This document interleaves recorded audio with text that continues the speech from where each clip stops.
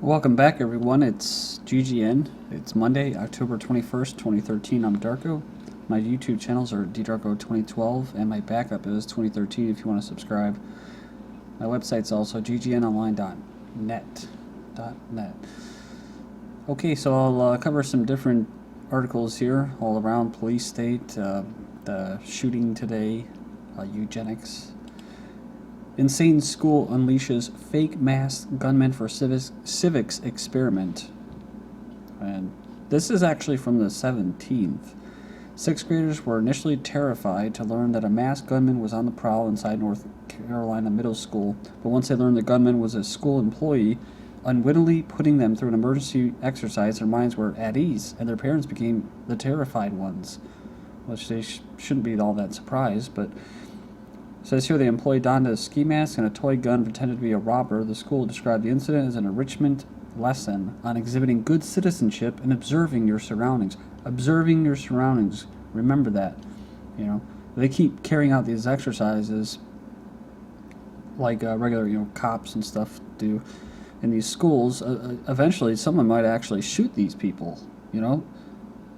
Even though play acting caused some initial concerns, i.e. scaring the shit out of the kids, which was the purpose to create a real simulated event, once the skit was completed, the teachers quickly explained who the person was, and that the theft was not real. So remember the one about they actually had the students volunteering to lay down dead. They were casualties, playing casualties and everything. They really liked this stuff, That was the one, I think, where they took on a bus incident. And, the ironic part is that there was actually a kid that tried stopping, I think it was either a knife attack or a gun attack on a bus, and he got suspended. So, kind of like the shop owner, or kind of like a Walmart guy, tried to help, and he got fired because it violated the violence policy. See, slaves don't use violence. Only corporations and those that enrich or defend them, i.e. the government. And that's why people like police or lawyers or educators, school, teachers and all that, they're really seen as, so great because they enforce the system. But this guy, he did do a pretty noble thing, I guess. A hero for intervening and trying to get the gunman to put his weapon down. But I guess the thing, looking at it here, it's like I think this guy would want to, instead of just being called a hero, heroes like that, they don't really consider themselves heroes. They just do it. I think he'd want to know what motivated this person to do this, right? I think he, instead of just calling him a hero and then having a huge freaking police state come and show up after the fact, like they always do. What motivated this person? What was going on in his mind? Was he on pharmaceutical drugs? Did he just stop taking his meds? Was it the meds causing it? What kind of issues was he having? What's going on with society? Can we study society? Instead, they'll just do what I said before. They'll have more exercises to scare the living shit out of kids, more police state, and they'll just call the guy a hero. Teen commits suicide a day after class on bullying. So it says here on Wednesday, he watched a video about bullying at his Illinois high school. That evening, police made a wellness visit to his home after the grandmother of a friend reported that he had texted her granddaughter about harming himself. Said on Thursday he fatally shot himself in the chest. It kind of reminds me of the article about the Army, where that guy, the soldier, was attending a class about... it was basically a suicide prevention class, and he was playing the role of someone that was a concerned friend, and he had no past record at all of being suicidal or anything, no problems, and then went into his truck later and killed himself. But he was being pushed into lockers by his classmates and was being picked on, so it's a horrible situation to be in, to be like that, and I don't really approve of the whole high school setting. It's a horrible thing to go through unless you're part of the clique. So to me, it just seems like a very unnatural thing. So, if you're part of a kind of a more primitive tribe, or just a real community, I guess you could say, just a regular community, a real community, you may get people may joke about something or something like that, and it's good to have thick skin and stuff. Let it roll, let it roll off your back like water. But at the same time, you don't get ostracized, right? You can walk through high school and not have anyone say a word to you for like a whole week or a whole year. A woman faints during Obama's speech. The president reaches back to steady her. So I don't know what the heck's going on. She's doing some kind of Nazi salute, or it's like, wow, look at her, dude. She looks. I know the alternative media is covering this as far as her being brainwashed or mind controlled. Apparently it's not the first case, so that's kind of suspect. Could have been Obama just getting pulsed by his master. He could just be getting pulsed, and she just happens to be getting some residual side effects. Some people said because he just reads the teleprompter, and he could be basically putting people in zombie mode. You know what I mean? She could just be very highly receptive, and when he starts talking and stuff like that, they could be broadcasting frequencies through that microphone or whatever in that area. And, either way, 21 set sells ablaze in Cleveland for charity. Participants in fundraiser wore protective gear, 1,500 people.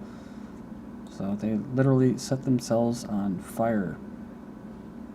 They were soaked with special gel, this protective gear. Look at that. It says it was a little gratifying. It says one woman who set her husband on fire. Not really. To pour the lighter fluid all over and then to light it was pretty scary. So this is supposedly a nonprofit fighting poverty in South Africa. Remember that one guy, they said he was, it had nothing to do with the government shutdown, that it actually self-immolated. He died of his wounds. They said he was mentally ill, but it's all about bringing positives to Cleveland, and we have to set ourselves on fire to do it, then so be it.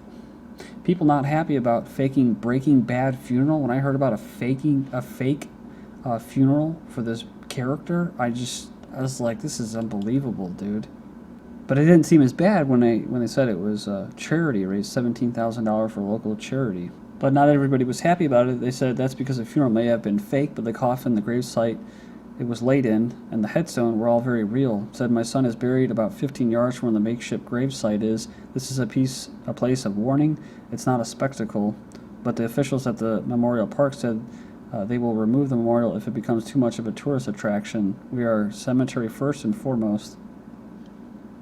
I don't know. The people are dead, so I'm not really sure if they're really concerned.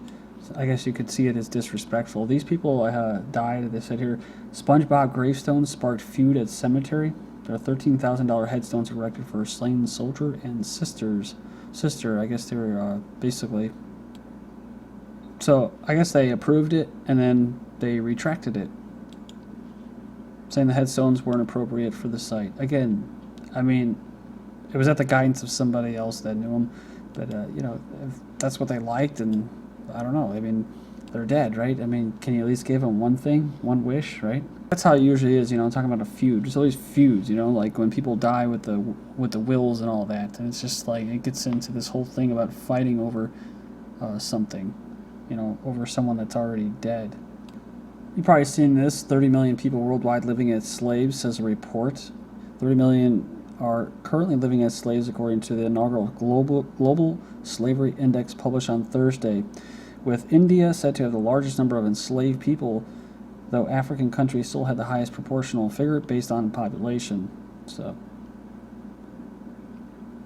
they said they were kidnapped before being sold or kept for exploitation, whether through marriage, unpaid labor on fishing boats, or as domestic workers. Others are tricked and lured into situations they cannot escape with false promises of a good job or an education. Wow, that sounds pretty familiar, right? You go into college, you go out, you don't get a job, or now you're a debt slave. So, it's just a bunch of bullshit, this article, because it makes people in the U.S. and Western democracies and all that Americanized countries think that, you're not a slave. Well, you are a slave, and that's what the Civil War is all about. It was kind of like a blood sacrifice for basically going from the old style of physical slavery and bondage into financial and debt bondage. in Africa, whatever. You're born into slavery. So I think Ella Watt talked a lot about that, being born into a system, you're born into slavery. You're born into this. So 4 in 5 in USA face near poverty or no work. 4 out of 5 U.S. adults struggle with joblessness, near poverty, or reliance on welfare for at least part of their lives, a sign of deteriorating economic security and an elusive American dream, right? The dream. They point to an increasingly globalized U.S. economy.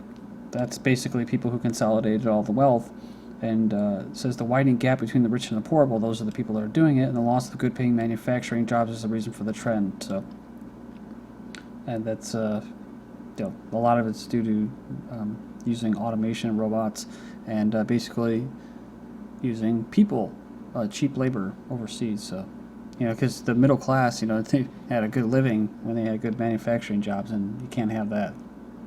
That's why the gap between rich and poor is, widened. It's never enough for them. First fully bionic man walks and talks and breathes. He's premiering Sunday, October 20th on the Smithsonian Channel. I guess that already happened, but it says here that he has robotic limbs to artificial organs to a blood-pumping circulatory system. They say the bionic man brings up some ethical and philosophical questions. Does creating something so human-like threaten notions of what it means to be human, and what amount of body enhancement is acceptable, and is it wrong that only some people have access to these life-extending technologies? You can be rest assured it's not going to be a basic human right. It'll be a privilege for the privileged class. Fort Benning companies demonstrate armed robots for ground combat. He said soon the Army will begin using weaponized robots in the battlefield, but he's hoping it will happen within the next 5 years. The Army and the Marines have tested prototypes of weaponized robots on the battlefield. However, they're not currently in the Army's inventory of weapons. They're hoping to see how they remotely control lethal weapons, especially where they want to go. A weaponized robot acting as a member of a squad of U.S. soldiers fighting on the battlefield is no longer science fiction. May not be two-legged humanoid robots yet, but with wheels and tracks. Uzbekistan Prime Minister vows to replace manual cotton picking with machinery. I like this. It comes amid ongoing international criticism for working standards for the harvesters in Central Asian nation. Well, how about they just have better living standards and not be replaced by machines? Well, that's not part of the plan. Robot baristas, basically like a mini Starbucks that's run by a kiosk robot. They've been able to calibrate this machine to make espresso shots, basically like gourmet. They said we've done it without the human element. Talking about techno-utopian singularity. Indiana high school preaches population control to its students, saying it's up to you, no more than 2. Warning them against having large families. The message was posted on a banner above lockers at Northview High School in Brazil, Indiana. It reads, 0 population growth, it's up to you, no more than 2. So they say we might as well have Nazi flags. And, I just wanted to say that they actually had medals for women that actually had more kids. So as far as population reduction, I don't think it has anything to do with anything but basically a control mechanism by the scientific elite. They'll use you, all these people, for a certain amount of time, but eventually when they don't need you anymore, they'll get rid of you because you're a threat to their power. In Japan, they're having celibacy syndrome. 45% of Japanese women 16 to 24 are not interested in or despise sexual contact. More than a quarter of men feel the same way. They're losing interest in conventional relationships. There aren't even dating, and increasing numbers can't be bothered with sex. They're already one of the world's lowest birth rates in Japan. This syndrome is part of a looming national catastrophe. Not a big shocker here. Bloomberg pushing for mandatory flu shots for children's age 3 to 6, basically preschoolers and daycare attendees. Covered this recently. Ohio hospital can force Amish girl with cancer to get chemotherapy. And talking about preventative care, Angela Jolie's surgeon says her double mastectomy decision has saved dozens, despite concerns for the procedure is unnecessary for many women. But if you talk about eugenics, this is eugenics. This is genetic screening where it's going in the future, because you had 87% risk of breast cancer. Just cut them off, right? It's about trusting the scientists and science and cutting off your womanhood or possibly your manhood. Anyways, I'm going to leave off there. I'll make a third video. It'll be very short, less than 5 minutes. So this is GGN, and I'm Darko. Thank you for joining me.